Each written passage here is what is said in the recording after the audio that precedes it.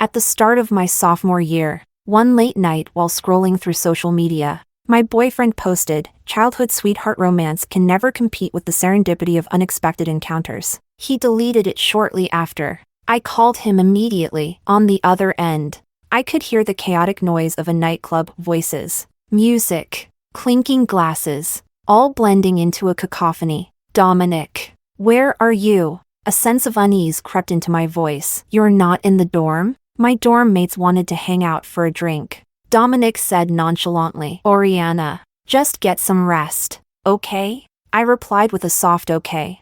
Hung up, quickly touched up my makeup, and rushed downstairs, phone in hand, heading straight for the west gate of the campus. Just outside the gate was a street lined with mid-range bars. Affordable yet decent. There were 2 or 3 spots Dominic and his crew frequented. I checked them one by one. No luck. Then, his cryptic post came back to me. "Childhood sweetheart romance can never compete with the serendipity of unexpected encounters." If he was looking for something new and exciting, he'd likely go for the best. So, I walked into the most upscale bar on the street. Bingo. Chapter 1. Dominic and his 3 dorm mates were all there, along with a girl sitting next to him. She leaned in close, acting quite intimate. They were playing drinking games. I strode over and stood nearby, observing the scene. "Oh no, I lost again. Domi, drink for me," the girl purred, half leaning against Dominic. Her eyes were half closed. A classic drunken act. All right, I'll drink for you," Dominic replied with a grin that could have rivaled a knight in shining armor. One of his hands rested on her waist. The other reached out to grab the drink. My eyelid twitched violently. Dominic's dorm mates were hooting and cheering. Two drinks! I said nothing, my chest tight with simmering rage. I leaned against the partition wall of the booth, coldly watching the show. Dominic must have caught me in his peripheral vision because his hand froze midair with the glass near his lips. I tilted my chin up and gave him a taunting look, gesturing for him to keep drinking. He set the glass down and got up with a smile. "Oriana, let me introduce you. This is my new sworn sister, Julia. Julie, this is my girlfriend, Oriana." He reached out, attempting to take my hand. Julia clung to his shirt and staggered to her feet, wobbling unsteadily before collapsing into Dominic's arms. Dominic instinctively wrapped his arm around her waist, looking awkward as he tried to explain, "Oriana, she's drunk." I stared at their hands encircling each other's waists. My teeth clenched so hard they ached. Grabbing a bottle of beer, I poured a full glass with trembling hands. Dominic didn't seem to notice my rising anger. He gently laid Julia on the sofa,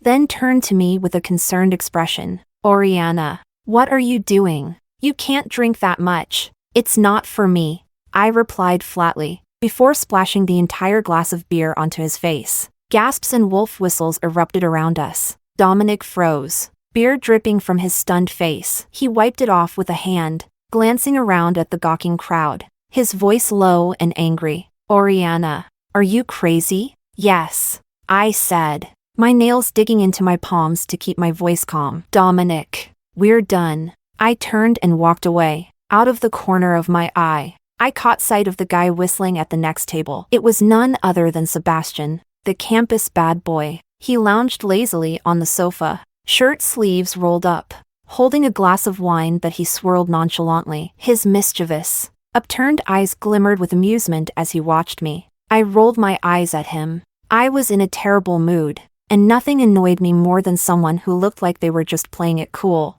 Chapter 2. The moment I stepped out of the bar, the cool night breeze hit me, and my tears began to fall uncontrollably. All the strength I had mustered crumbled before my tears could even dry. Dominic and I had been together since high school. 3 years of mutual secret admiration. After the college entrance exams, the first thing he did was confess his feelings for me. Checking our test answers came second. Our grades were similar, and we filled out the exact same college preferences. I used to believe that every love would bloom, and all lovers would find their happy endings. But I didn't foresee that. Flowers wither, love fades. Childhood sweetheart romance can never compete with the serendipity of unexpected encounters. That night, no one knew I sat by the campus lotus pond for 2 hours. I only returned to the dorm when it was nearly curfew. Chapter 3. The next morning, I went downstairs with my dorm mates and saw Dominic standing outside the girls' dorm with breakfast in hand. As usual, my dorm mates teased me, joking that he was the perfect boyfriend, and asked why I wasn't rushing into his arms. We already broke up. That breakfast is for his new girlfriend. I couldn't even force a smile, thinking about how we'd broken up just last night. My tone turned sharp and sarcastic. Men really don't waste any time, do they? The laughter stopped. My dorm mates exchanged uncomfortable looks before silently pulling me along to the cafeteria. Oriana, Dominic caught up to us. Can we talk? I stopped in my tracks. Letting go completely was impossible. 4 years of feelings, navigating confusion and sweetness, moments so precious they made me cry. I sniffed, trying to compose myself. The dorm leader patted my hand before leaving with the others. Giving us space, Dominic handed me the breakfast, but I didn't take it. I waited for him to explain. Julia and I are completely innocent. I only see her as a little sister. She just drank too much last night. Don't you think this whole brother-sister thing is disgusting? Disgusting? How can you say that? Oriana, we're adults now. This is normal social interaction. You need to be more understanding. Less petty. It's not what you think. I laughed in disbelief. Not what I think? So, hugging and cuddling are just normal social interactions now? Dominic froze for a moment before stepping toward me with open arms. Bam! A basketball hit him square in the forehead. I turned toward the source of the ball and saw Sebastian walking over with his crew. They were all in basketball jerseys, sweat glistening on their foreheads and chests, radiating that overwhelming energy of youth and hormones. Oops, slipped, Sebastian said, flashing a roguish grin. His upturned eyes swept over Dominic, then moved on as if I weren't even there. He casually caught the ball passed back to him by one of his friends. Without a second glance, the group swaggered off. Chapter 4. Dominic didn't dare make a sound. It wasn't until Sebastian and his crew were long gone that he stormed toward me, grabbing my wrist and demanding, "What's going on between you and Sebastian? Why did he stick up for you? Didn't you hear him?" His hand slipped. Sebastian never needed a reason to act. He just did what he wanted. Dominic sneered. "Last night, right after you left, Sebastian came over and smashed a dozen beers on me. Was that slipping too?" "What?" I blinked in confusion. "I had no idea." "Oriana, I didn't think you were this kind of person." Dominic gritted his teeth. Excuse me?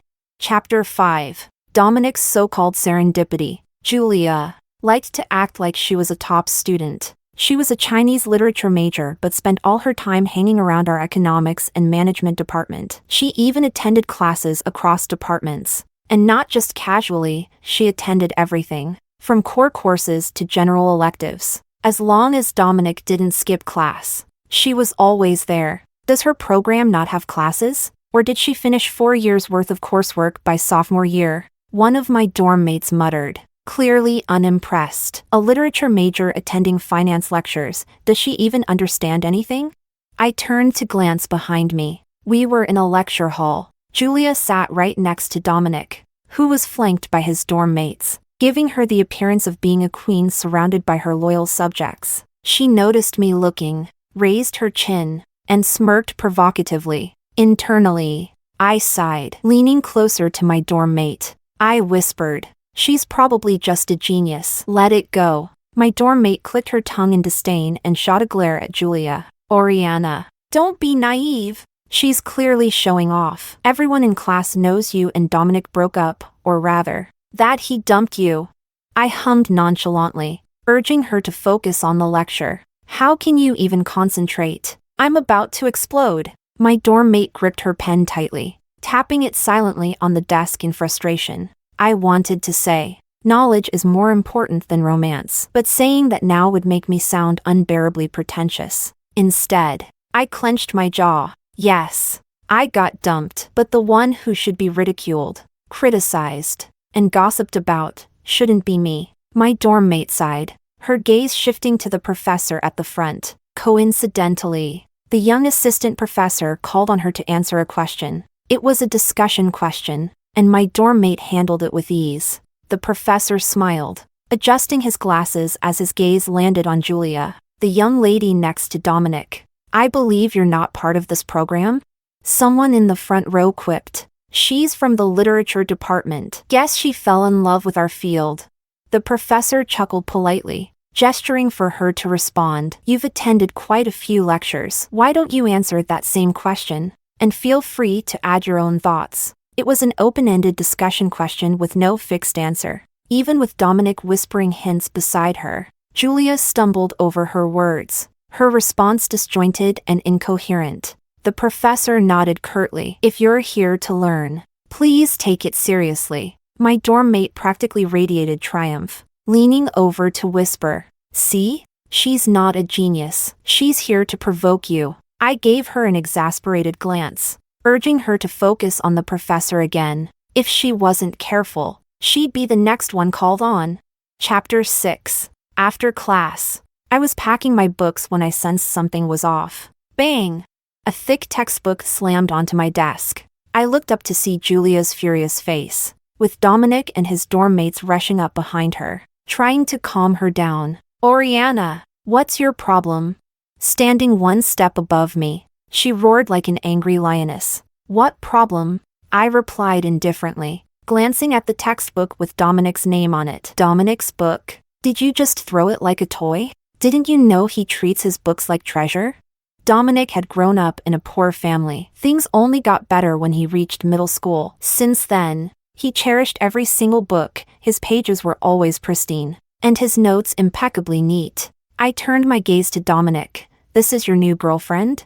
Julia followed my eyes, glaring at Dominic, clearly expecting him to say something. Dominic glanced between her and me, his hesitation obvious. In the end, he rested a hand on Julia's waist and said, "It's just a book." "Yeah, just a book," I echoed softly, the words cutting into my heart like shards of glass. Small, sharp, and deep. Dominic. This wasn't the Dominic I once knew. I let out a hollow laugh, picked up his book, and handed it to him. Dominic reached for it, but Julia snatched it first, swinging it straight at my head. Screams erupted around us. I swear, I didn't mean to hurt her. Out of pure reflex, I blocked with my right arm and threw a left jab, which unfortunately landed on her stomach. I swear, I only used about half my strength. Julia let out a wail, doubling over as tears streamed down her face. Domi, she hit me. She embarrassed me in class on purpose. And now she hit me. I looked around, then threw my head back and wailed even louder than her. Wah! You all saw it. She hit me first. I was just defending myself. I'm just a girl. How strong could I even be? Don't let her fool you.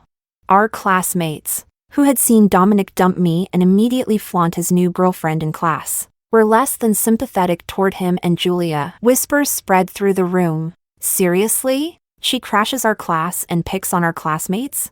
Did you see how hard that book slammed down? What if it caused a concussion? She deserved it. Who said you can't fight back? Honestly, I think Oriana did the right thing. Dominic, clearly embarrassed, dragged Julia away as quickly as he could. I wiped away imaginary tears, packed my things, and left the classroom with my dorm mates. A whistle sounded from behind me. Sebastian was leaning against the wall near the doorway, one earbud in, chewing gum as he looked at me with a smirk. Hey, Song, he called out lazily. Care to introduce yourself?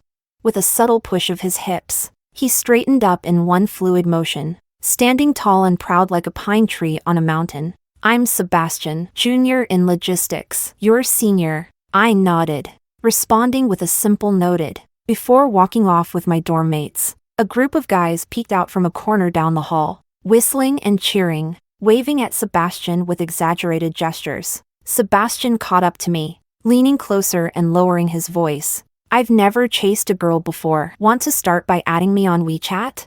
I couldn't help but laugh. The notorious campus bad boy, Sebastian, had never chased a girl? So, are you planning to chase me? I asked teasingly, turning to face him. Sebastian towered over me, a full head taller. My face barely reached his chest, so I had to tilt my head back to look at him. His lips curled into a smile, softening the sharp lines of his jaw. I noticed a faint blush creeping up his ears. I took out my phone, scanned his QR code, and saved his contact as Senior Sebastian. He glanced at my screen and changed my name in his contacts to Junior Oriana. Chapter 7. Back at the dorm, my roommates surrounded me, giggling and teasing. Oriana, let me tell you, Sebastian is way better than Dominic. At least he's not blind. Julia's such a show-off, and she dared to pick a fight in our classroom? He's definitely holding back his temper now, but Dominic won't be able to say a word in the future. And let's not even talk about anything else, just Sebastian's looks are miles ahead of Dominic's. If I were you, I'd already be in Sebastian's arms. I mean, he even knew which character your name uses. He's definitely done his homework.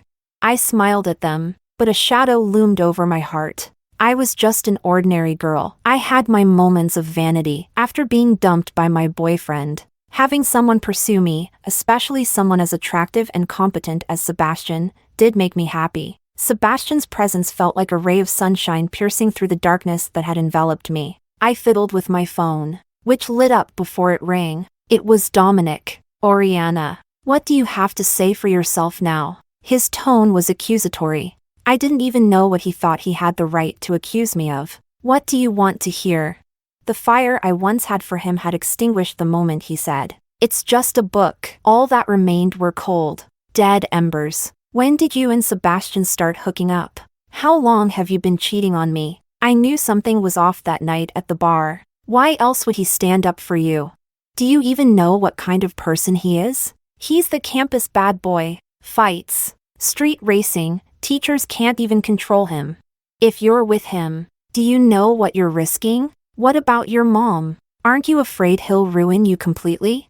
What? Cat got your tongue? Dominic sounded smug. He paused, then softened his tone slightly. Look, Oriana, I don't know what's gotten into you. You're my girlfriend, and Julie is like my sister. I helped her because she's alone in our class. You're not. You have your roommates and classmates. That punch you threw was too much. She's still in pain. How about this? I'll treat you both to dinner tonight. You can apologize to her, and we'll just move on from this, okay? Let's all get along. I laughed. Dominic, don't overestimate yourself. Do you think you're a prince or something? Your little harem fantasy doesn't suit you. And as for me and Sebastian, not your business. Take care of your dear sister and stop throwing books at people. If you hit the wrong person, you'll regret it. And one more thing, don't embarrass your parents. People who know might think she's just your sister, but those who don't might assume she's your dad's illegitimate daughter. We're done. Don't call me again unless you want more unnecessary drama. I hung up and threw my phone onto the desk with a loud thud. So angry. How did I ever fall for someone like him? Was I blind back then? My dorm mate patted my shoulder. It's life, Oriana. Everyone meets a few jerks along the way. Chapter 8. The next day at lunch, I once again witnessed Sebastian's commanding presence. He strolled into the cafeteria with a group of his friends, and the crowd parted like the Red Sea. Students stepped aside to clear a path as if by instinct. Whoa, what's the campus bad boy doing at the third cafeteria? Doesn't he usually eat somewhere fancy? Rumor has it he confessed to a pretty girl from the econ department yesterday. Guess he's gracing us mere mortals now. The gossip from the next table reached my ears, and one of my dorm mates nudged me with her elbow. I watched Sebastian. I watched as people in the food line instantly created an express lane for him and his crew. I saw him glance at me, then frown before loudly and indignantly declaring, "What are you all doing? Do I look like someone who would cut in line? Line up properly." I bit my cheek to stop myself from laughing. I could almost hear everyone's inner thoughts. Yes, you totally do. The students ahead of him, who had been leisurely choosing their meals, suddenly moved 3 times faster. It was as if they were competing in a race, afraid to delay Sebastian's lunch. A few minutes later, Sebastian, followed by his entourage, headed straight for our table. The nearby tables that had been quietly enjoying the show scattered like startled birds, not forgetting to tidy up their spots before leaving. As for my dorm mates, the same girls who stuck by me through thick and thin, who cursed Dominic as a scumbag just yesterday, now abandoned me without a second thought. With a few exchanged glances, they grabbed their trays, stood up, and turned left and right like a well-rehearsed drill. Hey! Hey! Hey! I panicked and grabbed our dorm leader's arm, pleading with her with a desperate look. I had no idea how to handle a scene like this. So many people were watching. I felt an overwhelming urge to run, but Sebastian's gaze pinned me in place. Unwavering and unrelenting, the small cafeteria left me with nowhere to hide. He sat down across from me, his lips curving into a smile, his charming eyes sparkling. Oriana, we meet again. The dorm leader pried my hand off her arm, speaking loudly enough for Sebastian to hear while pretending to whisper, "Go for it. We're just here to help." Sebastian nodded approvingly. From now on, whatever your dorm needs, consider it done. The dorm leader practically glowed with excitement. Thanks, senior.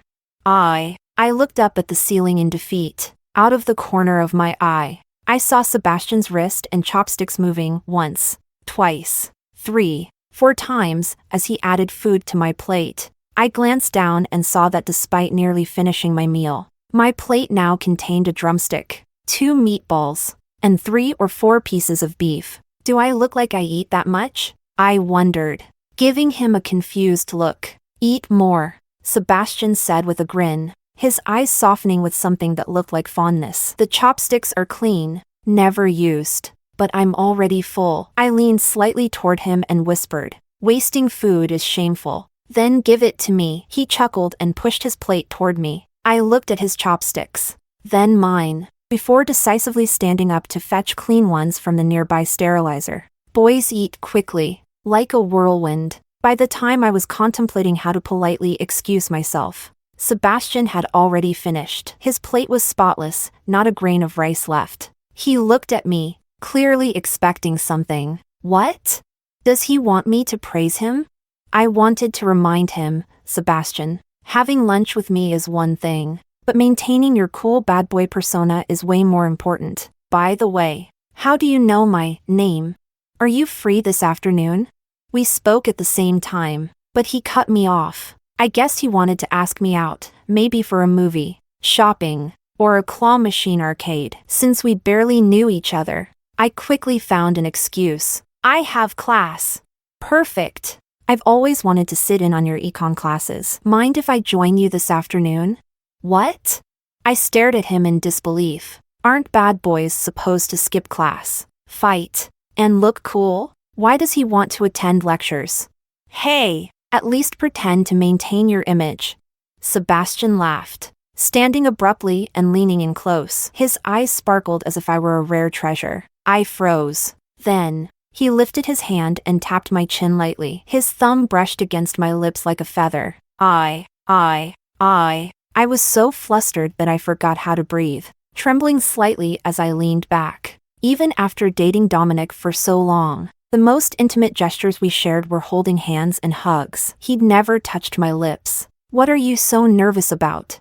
Sebastian's voice dropped to a low murmur, his smile lazy and confident. For a moment, the rest of the cafeteria faded into the background. All I could see was him. I didn't reply, just stared at him, heart pounding like thunder, completely on edge. You had a grain of rice on your lips, he said, offering a casual explanation for his forwardness, but his empty thumb betrayed him. Liar! He hadn't touched the corner of my lips. He had touched the middle, right where they were pursed. It was clear he was taking advantage of me. I glared at him in silent accusation. He stretched out the word "let's go," then picked up both our trays and carried them to the return station. My dorm mates, who had received the same VIP treatment, were giggling and chatting about Sebastian's looks and charm on our way back to the dorm. One even said, "When he touched your lips, I thought he was going to kiss you." So many people whipped out their phones. Kissing is a crime, I protested. You didn't resist. What do you mean I didn't resist? I felt wronged. I just didn't move much. They burst into laughter. Chapter 9. That afternoon, before leaving the dorm, I checked my surroundings to make sure no one was waiting for me. I sighed in relief. Good. Sebastian must have forgotten about attending my class. I was genuinely worried he'd show up with a group of 7 or 8, or 13 or 14, guys in tow. At that time, I still had a shallow understanding of Sebastian. I thought all bad boys were just troublemakers and slackers who disrupted classes and gave professors headaches. But fate loves irony. As soon as my dorm mates and I sat down, Sebastian entered with a group of guys. They were carrying notebooks and pens, looking as if they meant business. I lowered my head, wishing I could sink into the desk. But my helpers? They stood up in unison, waved enthusiastically at Sebastian, and shouted, "Seba, over here!"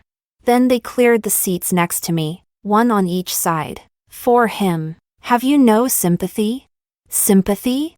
Who needs it when you're living the dream? Sebastian sat beside me while his friends joined my dorm mates at the back of the class. I sighed inwardly. Life is hard. I wasn't ready for a new relationship to heal my wounds from the last one. Hey, if the professor calls on me, help me out, Sebastian whispered, leaning close. The subtle scent of cedarwood mixed with masculine pheromones overwhelmed me. My ears burned, and I instinctively shifted away. He chuckled, just one low laugh, yet it sounded as melodious as a harp in the night. I suppressed the wild beating of my heart, refusing to look at him. No way the professor will call on you on your first visit. What are the odds? Chapter 10. The bell rang. Our young assistant professor walked in, glanced at me and Sebastian, and his eyes crinkled slightly in amusement. But then, the amusement faded. His expression darkened. He immediately called on 3 of my dorm mates and made them sit in the front row. Then, his gaze swept over the couples in the class, pausing pointedly at Sebastian and me. His tone turned icy. Read more. Date less. Reading will set you free. Dating won't. I had a strong suspicion about his motives. Watching one of my dorm mates walk to the front, I couldn't shake the feeling that the professor's attention on her was more than casual. Meanwhile, Sebastian opened my book and placed it between us. Sharing the book meant our heads occasionally touched as we leaned in. This time, Sebastian's prediction came true. The professor seemed to take a special interest in him, asking 3 increasingly difficult questions. I tried whispering the answers, but Sebastian didn't need my help. He responded fluently, rattling off economic theories with ease. The whole class was stunned. What happened to logistics? Are you secretly in our department?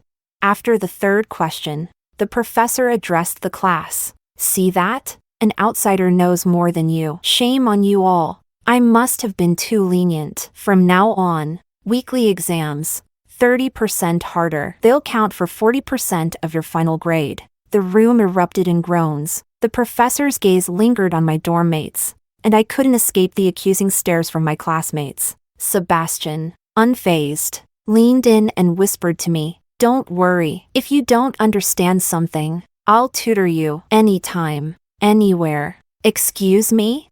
I, a top econ student, needed tutoring from a logistics major? The audacity!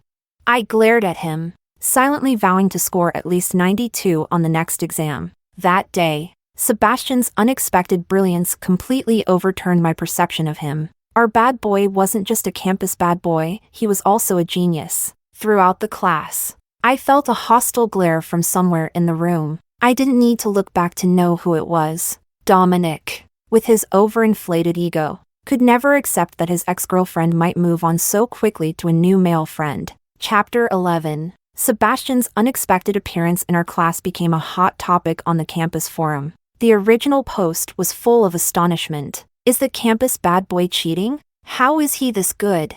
This doesn't make sense. The replies, mostly from upperclassmen, were even more dramatic. What's so unbelievable? Seba was already a legend before you freshmen even arrived. We've been crushed by him countless times. That group around him? You think they're slackers? They're actually a squad of geniuses. What's a genius, you ask? It's someone who picks up in minutes what the rest of us spend hours mastering. The reason his academic prowess isn't a campus-wide legend is simple: it's too intimidating. And he doesn't want to pressure you poor underclassmen. I needed a moment to process this. The first person who came to mind wasn't Sebastian but Dominic. Not long ago, Dominic had sneered at me, questioning why I was associating with Sebastian. He called him the bad boy of South University, known for fighting, street racing, and defying authority. If Dominic saw this post, it would undoubtedly add insult to injury after what had happened in class. The post quickly grew into a massive thread. By the second page, people were already gossiping about Sebastian pursuing me. They claimed the whole school knew by now, with several eyewitnesses reporting seeing us have lunch together at noon. Photos accompanied the claims, not just one, but several. There was a shot of Sebastian serving me food, another of me returning it, and, most notably, the one where he touched my lips. Seeing that last picture from an outsider's perspective was jarring. Inappropriate as it might sound, there was an undeniable intensity to it, an almost provocative tension. Sebastian's profile looked flawless, his expression dangerously close to a kiss. The comments that followed were a frenzy of OMG, and he's too handsome. I scrolled for a while, feeling oddly detached. Yet, for reasons I couldn't explain, I secretly saved the photos of us together. A strange impulse, perhaps. Chapter 12. My dorm mates were still chattering about the forum gossip when one of them suddenly shouted, "Oriana, I know why Dominic dumped you. That Julia, her family runs a jewelry business and is related to the Koo family. Samuel Koo is her cousin." "What?" I blurted, almost instinctively. "Who?" "Samuel, you know, the famous artist's husband, the country's top venture capitalist, the guy who's always on TV." My dorm mate helpfully explained. My mind spun. I wasn't confused about who Samuel was. The problem was, Samuel Koo is my cousin, and he only has one cousin, me. Our family also happens to run a jewelry business. For a fleeting moment, I wondered if there could be a long-lost sibling hidden somewhere. Could Julia be a secret half-sister my parents had never mentioned? I quickly left the dorm, torn between calling my mom or Samuel. I chose the latter. When I asked him if he had any other cousins besides me, his answer was a definitive no. He then asked me to send him Julia's photo. I found a classroom picture of Julia and Dominic from the forum, carefully cropping out Dominic. "By the way, the guy next to her, Dominic, is your boyfriend, right?" Samuel asked. "X." I corrected sharply, then hesitated. "How did you guess?" "If he weren't, why would you crop him out?" These days, people are constantly name-dropping or pretending to be socialites. With your personality, you wouldn't have called to check unless there was a connection. I sighed. Talking to Samuel always felt like being stripped bare. No secrets could survive his sharp intuition. He chuckled lightly on the other end of the line, his tone teasing. "So, let me get this straight. You got dumped for a girl who's pretending to be you?" I didn't even want to dignify that with a response.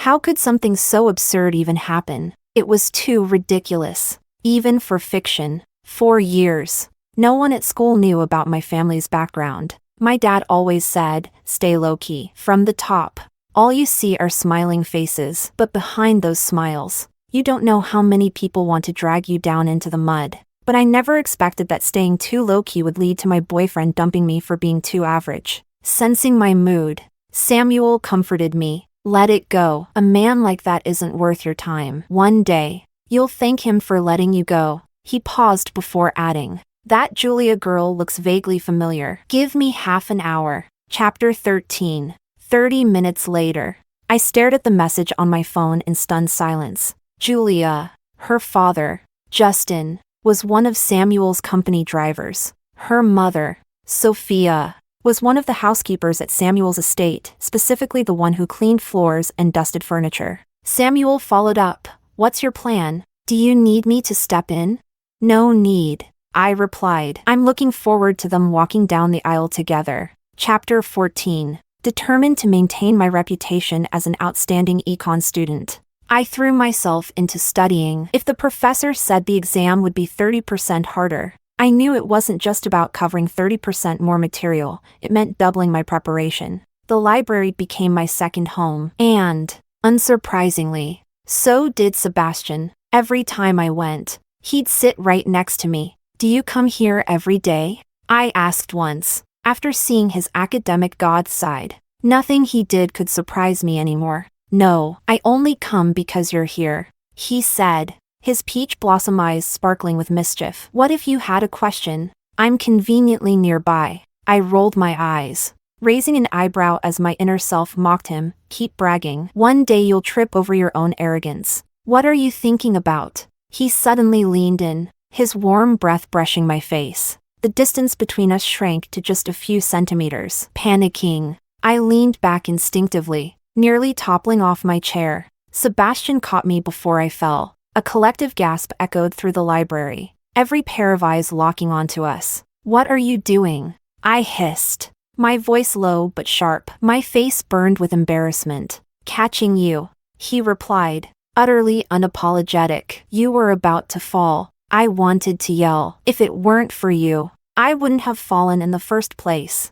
But with so many people watching, I swallowed my frustration, sulking as I angrily flipped to the next page in my book. Sebastian smirked. Out of the corner of my eye, I saw that infuriatingly smug look, like a fox who had just stolen a chicken. Chapter 15. The following week, exam day arrived. When the test papers were distributed, the classroom erupted in groans. The failure rate reached a record high. The assistant professor singled me out for praise. 94 points. The highest score in the class. See? I told you, read more, date less. You should all learn from Oriana. She used to score around 85. But with this exam being 30% harder, she managed to get 94.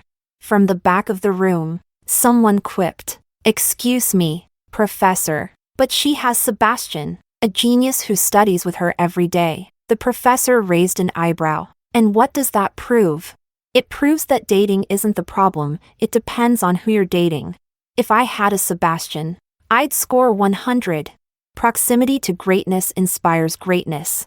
I couldn't resist glancing over at Dominic. He and his crew, including Julia, were all hanging their heads, looking like they wanted to crawl under the desks. Not only Dominic, but his entire dorm had failed miserably. By their own logic of proximity to greatness inspires greatness, Julia must be the bad influence dragging them down. The professor continued, "Who you associate with is important. But what's even more important is improving yourself. If you bloom, the butterflies will come. We'll have another exam next Wednesday. Prepare well. You need to not only expand your knowledge base but also deepen it." Chapter 16. That evening, my dorm planned a celebratory dinner. The venue? A high-end restaurant just outside the East Gate. To honor my top score and bring glory to our dorm, I'll treat everyone, I offered. This was a restaurant where the average bill was nearly $500 per person, while my dorm mates came from various financial backgrounds, mostly working class.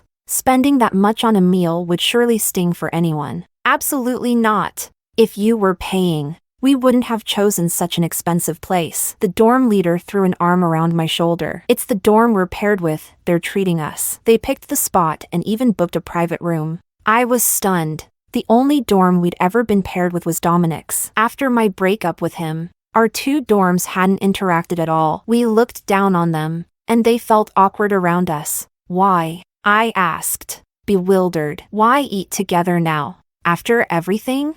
What do you mean? Why? The dorm leader looked at me like I'd asked an absurd question. It's just dinner. Although, yeah, it's a bit pricey. I started speculating. Option A, Dominic was inspired by the professor's remarks about mutual improvement and decided to foster unity. Option B, he was feeling possessive after seeing me around Sebastian. When I was single, he treated me like trash. Now that someone better was interested, I suddenly became desirable. Option C, he discovered that Julia's rich girl status was a sham and realized I was the real deal. No, that last one was impossible. Also impossible? Dominic footing a nearly 4,000 yuan bill for both dorms. That would sting for months. If the other four guys were splitting the bill, that'd still be 1,000 each. Why would they pay so much when they weren't even pursuing anyone? I had my suspicions, but nothing concrete. I decided to wait and see. Chapter 17. When we arrived at the restaurant and entered the private room, it wasn't Dominic's dorm waiting for us. It was Sebastian. He was lounging on the sofa with three other guys, a cigarette dangling from his lips, playing a game of cards. The soft glow of their cigarettes flickered in the dim light, wisps of smoke curling lazily into the air. The moment I stepped in, Sebastian extinguished his cigarette first. The others followed suit, noisily getting up to open the windows for ventilation. When did you become our paired dorm? I asked, raising an eyebrow at Sebastian. He tilted his head, his expression saying, "You didn't know?" The dorm leader's expression mirrored my confusion before she suddenly smacked her forehead in realization. "Oh, right. During lunch the other day, when you sat with Seba, we sat with his friends. We ended up pairing our dorms, but I forgot to tell you. I thought you knew." I had no idea. My inner math geek kicked in, sensing something fishy about the numbers. How many paired dorms are there? My voice wavered with suspicion. The dorm leader playfully counted on her fingers. 1, 2, 3, 4, 5, 6, 7. Then, with a faux sigh, she added, 7. They're so enthusiastic. I think we'll be rotating dinners for a while. I couldn't even bother calling out her fake frustration. Her grin practically stretched to her ears. You don't live in 7 dorms, do you? I turned to Sebastian, dreading the answer. No, just this one, he replied, pausing for effect. The rest are my buddies' dorms. I'm an honorary member. Honorary member? What even is that? So, does that mean he'll be attending every single dorm dinner? Chapter 18. As the meal was wrapping up, I excused myself, pretending to take a phone call. My real goal? To quietly pay the bill. Debts, especially monetary ones, are best avoided, particularly among students. A few thousand yuan isn't a small amount, and I didn't want financial entanglements with anyone. Leaving the private room, I walked down the corridor toward the cashier. What I didn't expect was to run into Julia. She froze for a moment upon seeing me, then quickly recovered, striding over with a smug, queenly demeanor. Oh, isn't this Dominic's ex-girlfriend? Let me guess, you got dumped by Dominic, and now Sebastian's ditched you too? What's next? Paying the bill all by yourself because no one else will? Her voice was loud enough to carry to the cashier, and she even glanced in that direction for added effect. Meals here aren't cheap. Don't cry when it's time to pay up. My fingers itched. I wanted to punch her. I also wanted to snap back. Do you even know how hard your parents work to earn money? You leech off them, and you dare to mock me? But I held back. Instead, I looked toward the cashier as well. And didn't you just go pay? What's the matter? Dominic didn't cover it for you? You, the other woman, managed to steal a boyfriend. But all you got was a stingy one. Tell me, does it feel worth it?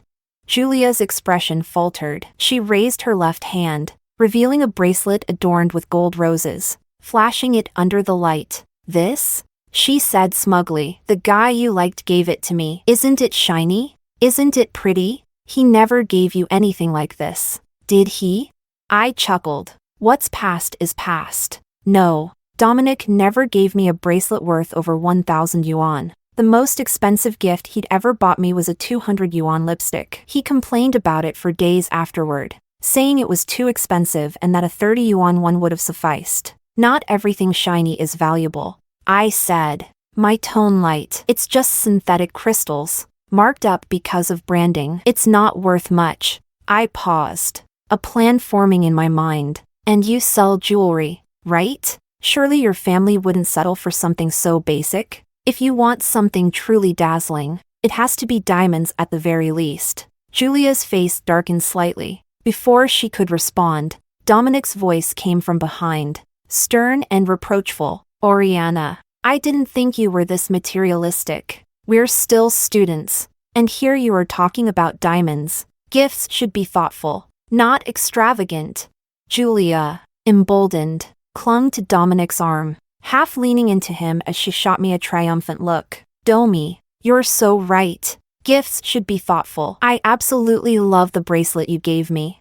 Dominic nodded, his arm tightening around her waist. His gaze at me was filled with a mix of bitterness and determination. Then, turning back to Julia with a soft, affectionate tone, he said, only something that sparkles can match your shining personality. Julia blushed, her expression one of shy delight. But to me, it felt like she'd rehearsed the scene and was now overacting. For someone as vain as her, who pretended to be a wealthy heiress. How could she genuinely like someone like Dominic?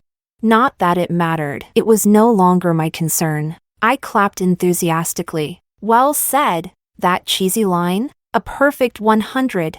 But Dominic, Julia isn't like me. She's no small-town girl. If you're serious about her, you'd better show some sincerity. Don't let people laugh at you both. Dominic's face turned stormy. His glare at me filled with venom. He grabbed Julia's hand and stormed off with her. It wasn't until they were gone that I noticed Sebastian leaning casually against the wall. His tall frame, one hand in his pocket, suggested he'd been there for a while. As Dominic and Julia passed him, he didn't say a word. I turned back toward the cashier, determined to settle the bill, when Sebastian's voice stopped me. I already paid when I arrived. He paused, his voice dropping slightly, as though ensuring Dominic could still hear. As long as I'm around, no girl pays for herself. I turned back. Stepping closer to him, he bent slightly, placing a hand on my head in a casual yet deliberate gesture. The legendary head pat. The faint scent of cedarwood mixed with his masculine presence overwhelmed me. Cheeky, he teased softly, his voice full of warmth and indulgence. In that moment, I had to admit it, I felt a spark. My heart raced uncontrollably, pounding so loudly it drowned out my thoughts. Sebastian pulled his hand from his pocket, revealing a necklace with a four-leaf clover motif made of mother-of-pearl. Its subtle luster reflected a soft glow under the light. A gift for scoring the highest in class, he said, carefully draping it around my neck. The necklace, warmed from his touch, felt hot against my skin. As he fumbled with the clasp, his fingers grazed my neck repeatedly. The sensation was light, like sparks skittering across my skin, yet it left me flustered. I started, ready to refuse. It wasn't just about the price, easily in the 5-figure range, but also the intimacy implied by such a gesture. Don't move, he interrupted, his breath warm against my neck. His voice dropped even lower, carrying an irresistible gentleness. It's beautiful. It suits you perfectly, too, I began again. But the sight of Dominic and Julia turning back made me swallow my words. Instead, I raised my voice slightly. It's gorgeous, low-key but luxurious. I love it. Sebastian chuckled softly, his tone carrying a mix of resignation and intrigue. You're not over him yet, are you? I didn't know how to respond. He didn't press further, taking my hand and leading me back to the private room. As I sat down, I resumed eating as if nothing had happened, but the hand he had held felt like it was burning. Chapter 19. After dinner, we headed to the arcade. Fishing, basketball, racing games, claw machines. Between the 8 of us, we managed to win 2 keychains, 5 lollipops, and a mountain of prize tickets. As we stored the tickets, Sebastian suddenly blurted, "TV shows are all lies." Everyone turned to look at him. Such a childish statement felt out of character for someone like him. They make it seem like every guy wins a giant plushie for his girl. I can't even win a decent prize. Chasing a girl isn't as easy as it looks. I remembered how he'd been wrestling with the claw machine earlier, almost ready to pick a fight with it. The thought made me stifle a laugh. The cashier chuckled too, pulling a frog plushie from the shelf. "Sir, since you just spent 500 yuan, this is yours. Best of luck winning over the girl." Sebastian grabbed the plushie and stuffed it into my arms, his hands quickly retreating into his pockets. He avoided my gaze, his head turning in every direction but mine, trying too hard to seem nonchalant. He called out, "Let's go!" The rest of us followed, stifling laughter. His ears were bright red. Chapter 20. Back at campus, I waited for an opportunity to fall behind the group, letting Sebastian and me walk together at the rear. As our dorm mates, both boys and girls, drifted further ahead, I stopped and began unfastening the necklace. "I'll keep the frog plushie," I said, handing the necklace back. "But this is too expensive. I can't accept it." His hand reached around the side of my neck, gently covering mine. "Fake," he said casually. "Fake?" I froze, disbelief flooding my mind. Could I have misjudged? Growing up surrounded by all kinds of jewelry and luxury brands, I'd developed an eye for authenticity. Could I really have mistaken it for a counterfeit? Seeing my expression, he smirked and changed his approach. Even if it's real, it's nothing compared to that bracelet on your wrist. I blinked, momentarily stunned. The bracelet on my wrist was a Hetian jade bangle, smooth and white with 2 crimson streaks expertly carved into koi fish. To the untrained eye, it might seem like an inexpensive imitation. In reality, it was worth 7 figures. You know Jade? I asked, leaning closer. Our breaths mingled in the small space between us. No, he admitted, but I've seen that one before. I kept thinking it looked familiar, and now I remember. The frog plushie ended up on the small bookshelf by my bed. The 4-leaf clover necklace stayed around my neck. A gift worth over 20,000 yuan, he wouldn't take it back. So I decided I'd find a chance to give him something of equal value in return. That night, during our dorm gossip session, I learned quite a bit about Sebastian from his dorm mates. His family owned the largest logistics company in the city, and as the sole heir, he was groomed to take over the business. This explained why he studied logistics and had such a broad knowledge of economics and finance. It was also true, Sebastian had never been in a relationship before. All those smooth moves he used on me, the leaning in, the lip touch, the sudden closeness, were apparently learned from viral short videos he'd been binge-watching for research. Oriana. I think Sebastian's the real deal. One of my roommates declared. Let's not even talk about how rich or smart he is. Just the fact that he's never had a girlfriend? That means no unforgettable first love drama to worry about. Plus, he's a genius. The kind who doesn't even seem to study but still ends up top of the class. And he's the heir to the biggest logistics company in the city. If you marry him, you'd be the lady of the house. Forget working for 20 years, you could live in luxury forever. I understood everything they were saying. What I didn't understand was why Sebastian had taken an interest in me. Surely, it wasn't because of that scene in the bar where I threw beer at Dominic?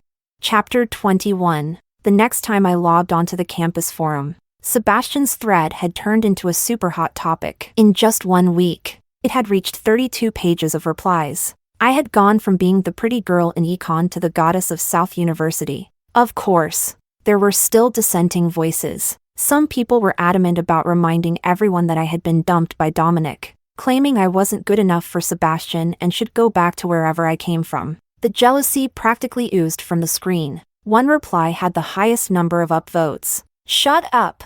Whether she's good enough isn't for you to decide. I'm still chasing her, and I haven't caught her yet. I giggled foolishly. The mental image of Sebastian with his perpetually blushing ears didn't quite match the cocky tone of the comment. Feeling mischievous, I anonymously left 2 replies of my own. On the post claiming I wasn't good enough. I think the jeweler's daughter is a perfect match for Seba, talented and beautiful. Totally compatible. On the main thread, just saw Julia's bracelet earlier. It's gorgeous. Is it diamond? Just curious.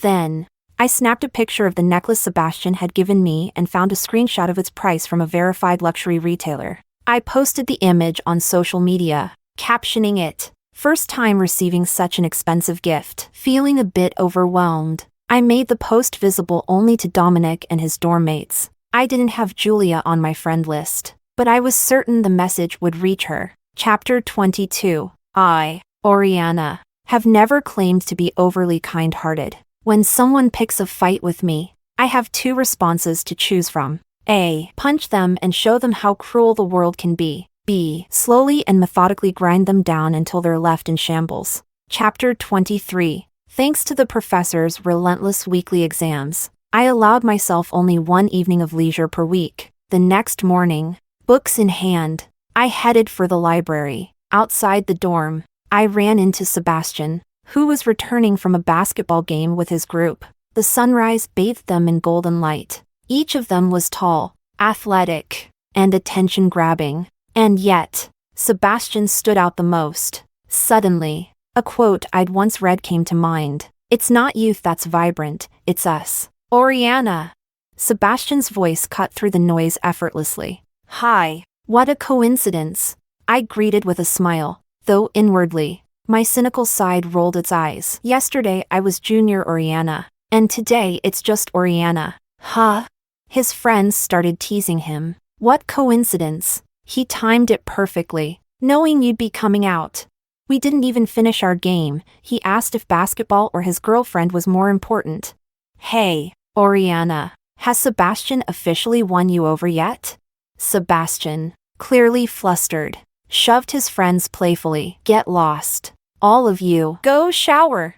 Laughing, they teased him about being whipped before leaving us alone. Chapter 24. We had breakfast together. On the way to the library, Sebastian commented, "You read too much and don't exercise enough. How about morning jogs?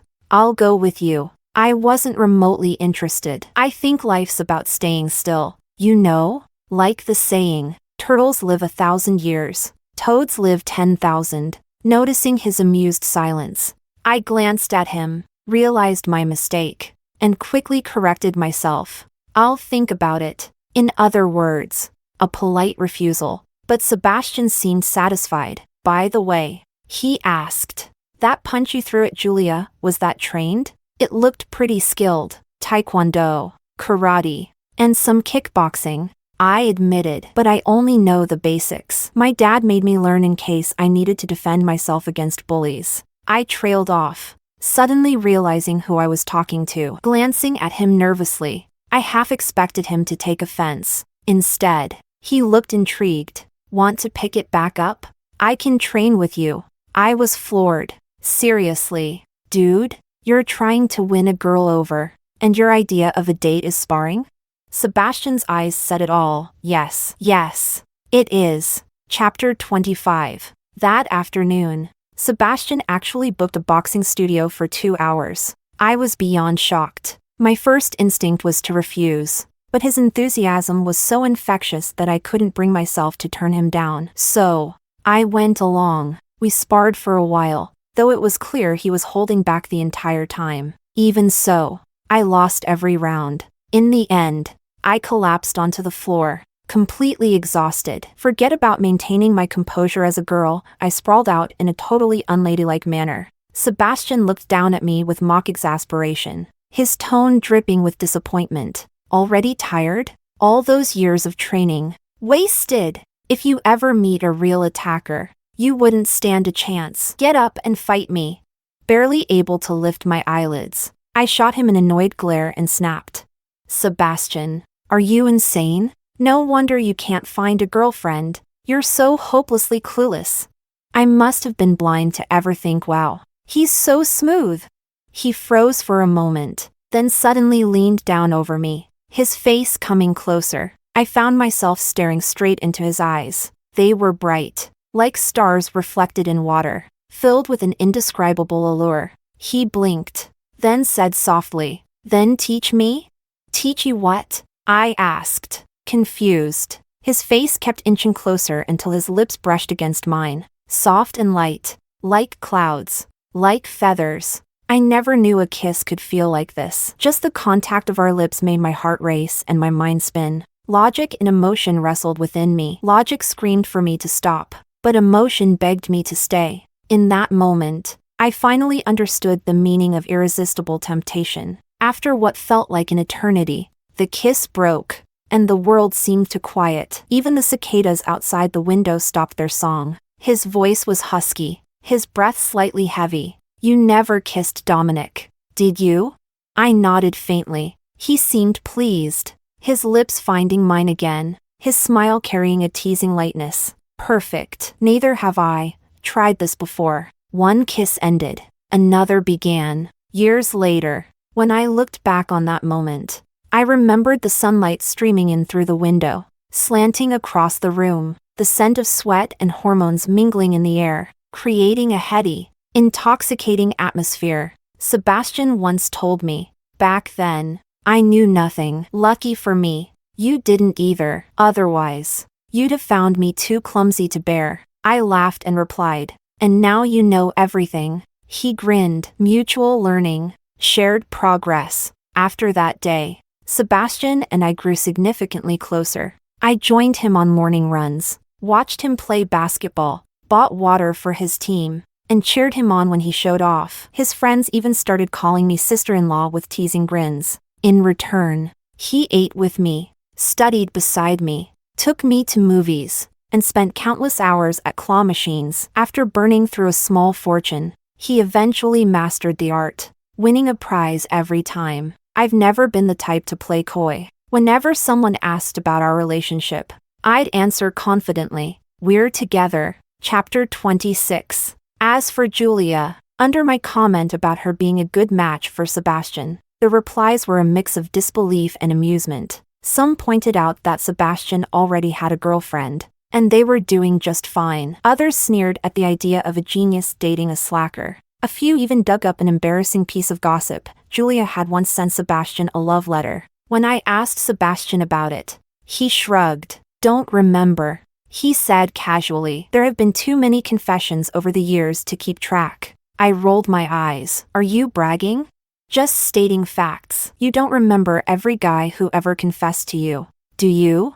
"I do," I shot back. He raised an eyebrow, clearly skeptical. But that wasn't the important part. The real drama was unfolding elsewhere. The forum's amateur sleuths were on fire. Someone identified Julia's bracelet as a classic rose design from a well-known brand, made of synthetic crystals rather than diamonds. Others analyzed her daily outfits and accessories, noting that while she occasionally wore luxury items, her collection was modest, more middle-class than the jewelry heiress she claimed to be. One particularly dedicated user investigated every prominent jeweler in the country, noting that the only Zhou family in the business had children studying abroad. Another pointed out that the Ku family had no close relatives with the surname Zhou. Finally, Julia herself joined the fray, furiously defending her image. "Top-tier families don't need to flaunt their wealth. You peasants wouldn't understand real luxury.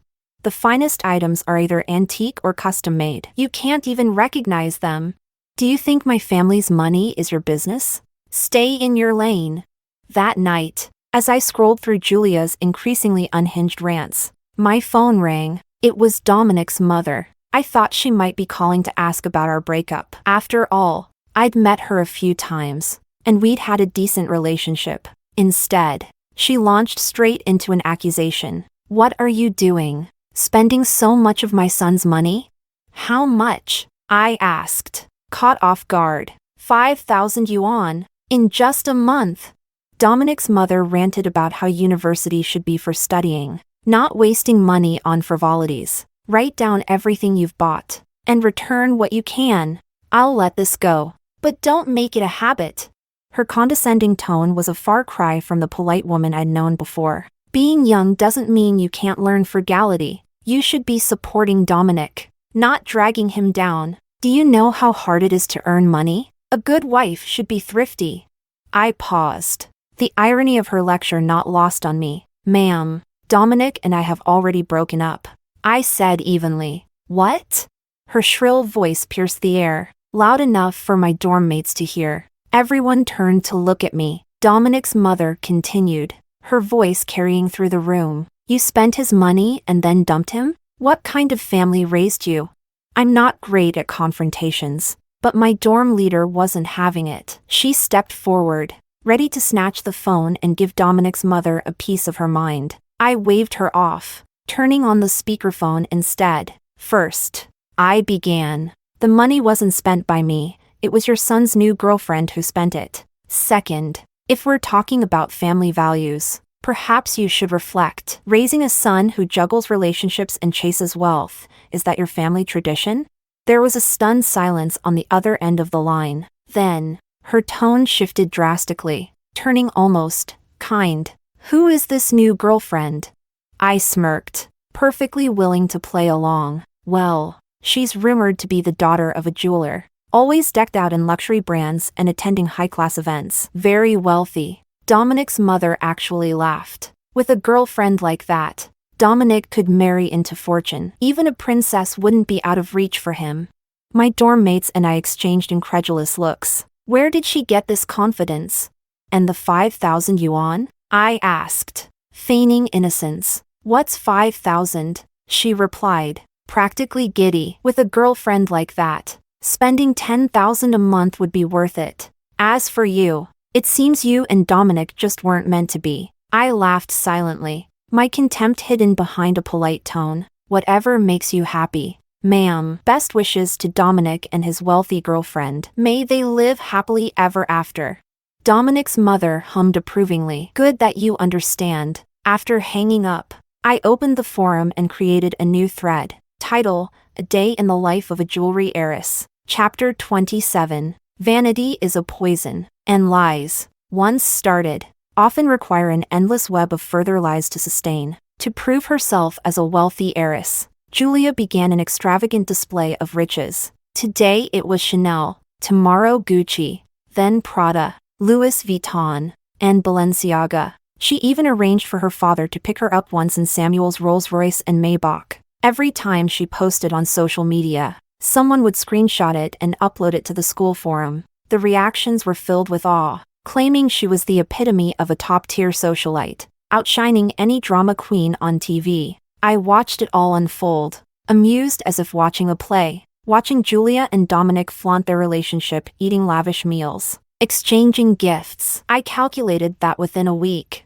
Dominic must have burned through the 10,000 yuan his mom planned for his monthly expenses. Watching Julia's entourage grow, trailing behind her like bees to a queen. At times, there were 4 or 5 people. At others, it ballooned to a dozen. She walked with an air of authority as if she were royalty. Watching her deliberately parade past me, flaunting her designer bags and jewelry, some rented, some knockoffs, and some undoubtedly borrowed from the Ku family. She'd sneer and call me the poor girl, taunting me with, "Ever seen anything like this?" I always smiled back and gave her the same reply, "Never, young miss." Julia would beam with pride. Dominic stood beside her, his hand firmly on her waist, his demeanor unshakably resolute. I imagined this was the most determined he'd ever been in his life. To marry into wealth, to enter a world of luxury. How many dream of such a life? His gaze toward me was one of supreme arrogance, as if he'd ascended to a higher realm. Julia lifted her chin smugly, her eyes flicking provocatively toward Sebastian, as if to say, "Do you regret letting me go?"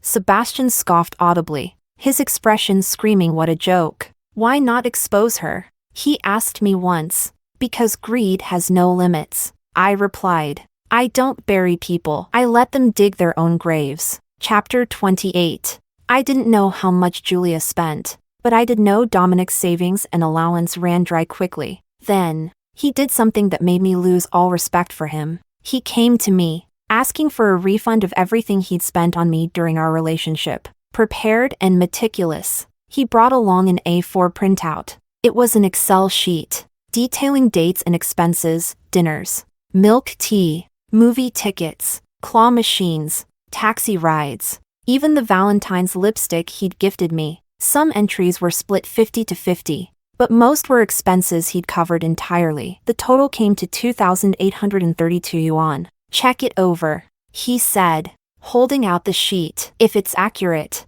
you can transfer the money via WeChat or Alipay." I didn't get angry. Instead, I laughed. "Dominic, do you think I didn't spend a single cent in over a year of dating?" "Whatever you spent was minor," he replied dismissively. I pointed at his Excel sheet. 8 yuan for milk tea and 11 yuan for a cab ride. "Those are major expenses to you?" Looking uncomfortable, he muttered, "I just have a habit of tracking my finances." "Fine," I said, unwilling to argue further. Then my gaze fell on the watch on his wrist, the one I'd given him. "In that case, I'll waive my share. But since I don't keep receipts, you can just return that watch to me instead." Without hesitation, he unstrapped the watch and handed it over.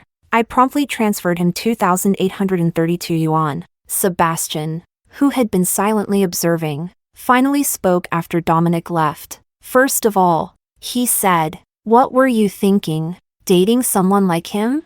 "Second," he added with a smirk, "does he even know what that watch is worth? If he realized he gave up a watch worth over 100,000 yuan for a mere 2,000, he'd die of regret." I chuckled. When I gave Dominic the watch, I hadn't thought about its value, just that it looked good on him. A few minutes later, as we reached the library entrance, Sebastian suddenly spun around and pressed me against the wall, his hands braced on either side of my head. He leaned in without warning and kissed me. It was fierce and consuming, like he was trying to devour me whole. I pushed against him, but he wouldn't budge. After a long moment, the intensity of the kiss softened, turning into something languid and tender, as if it carried 1,000 unspoken words. I tried to speak several times, but he silenced me each time with another kiss. Students passed by, their curious gazes boring into us. My cheeks burned with embarrassment. I wanted nothing more than to disappear into the ground.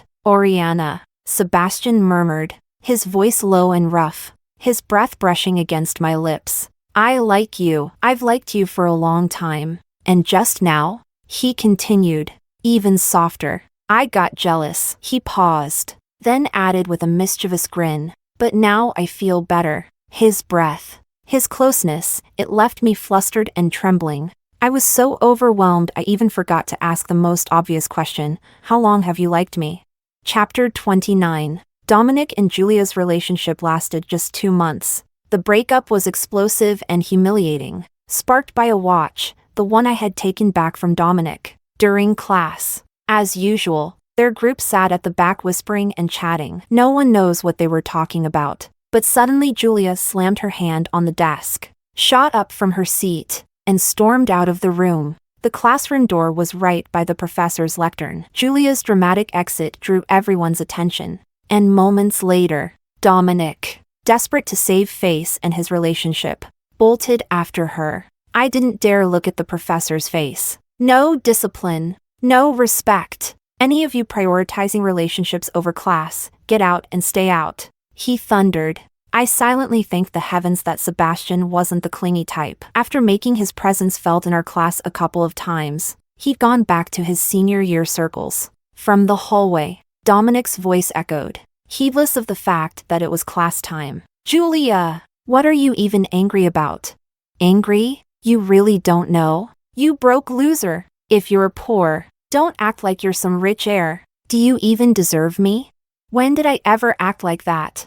I've always told you my family runs a small business.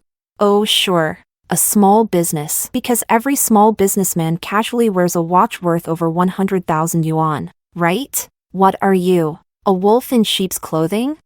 The hallway fell silent. I reached into my bag and lightly touched the watch, suddenly understanding something that hadn't clicked before. Julia had never truly liked Dominic. What she liked was the low-key rich heir identity she concocted for him. Oriana, that watch Dominic had, it was the one you gave him, wasn't it? My roommate whispered. Good thing you got it back. It's worth over 100,000, right?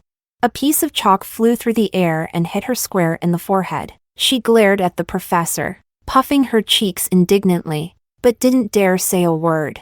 I whispered back, fake. Another piece of chalk hit her forehead with pinpoint accuracy. I silently mourned for her. Exam in 2 days, the professor announced coldly. The class groaned briefly before resigning themselves to their fate. They were too used to the grind by now. Chapter 30. After class, Dominic was waiting for me outside. As my roommates and I stepped out, he rushed toward us. Oriana, sensing my unease, my dorm leader pulled me behind her like a protective mother hen. My other 2 roommates flanked me, and the 3 of them formed a human shield before launching an offensive. Wow, the nerve! Heard Oriana's rich and generous. So now you're crawling back? Get lost! We all saw how you groveled for Julia. Now that it's over, you think you can win Oriana back? As if she'd stoop to your level. And counting milk tea receipts after a breakup? What an inspiration to men everywhere. Dominic ignored their words. His eyes were bloodshot, fixed solely on me. Oriana, that watch, was Julia telling the truth? Fake, I replied, savoring the look of defeat creeping onto his face. Then, with a smirk, I added, she just didn't realize it was a custom piece. The real value? Double what she claimed. Dominic's expression twisted into something that could only be described as pure regret. But you said your family runs a small business? That's called modesty. I replied smoothly. My family taught me to stay humble and avoid making others feel inferior. Dominic's face darkened even further. I never cared about Julia, he blurted. She was a mistake, a distraction. The person I've always loved, it's always been you. I stared at him like he was a stranger. His words left me cold. Dominic, how did you become like this? Dignity is a valuable thing, you should try finding some. But Dominic wasn't listening. He stepped forward, reaching out to grab me. My roommates and I instinctively backed away. At the far end of the corridor, a figure came barreling toward us. Sebastian. He was fast, faster than I'd ever seen. Before Dominic could touch me, Sebastian grabbed his arm, twisting it with one smooth motion and slamming him into the wall. Thud. Without hesitation, Sebastian delivered a sharp kick to Dominic's chest, sending him crumpling to the ground.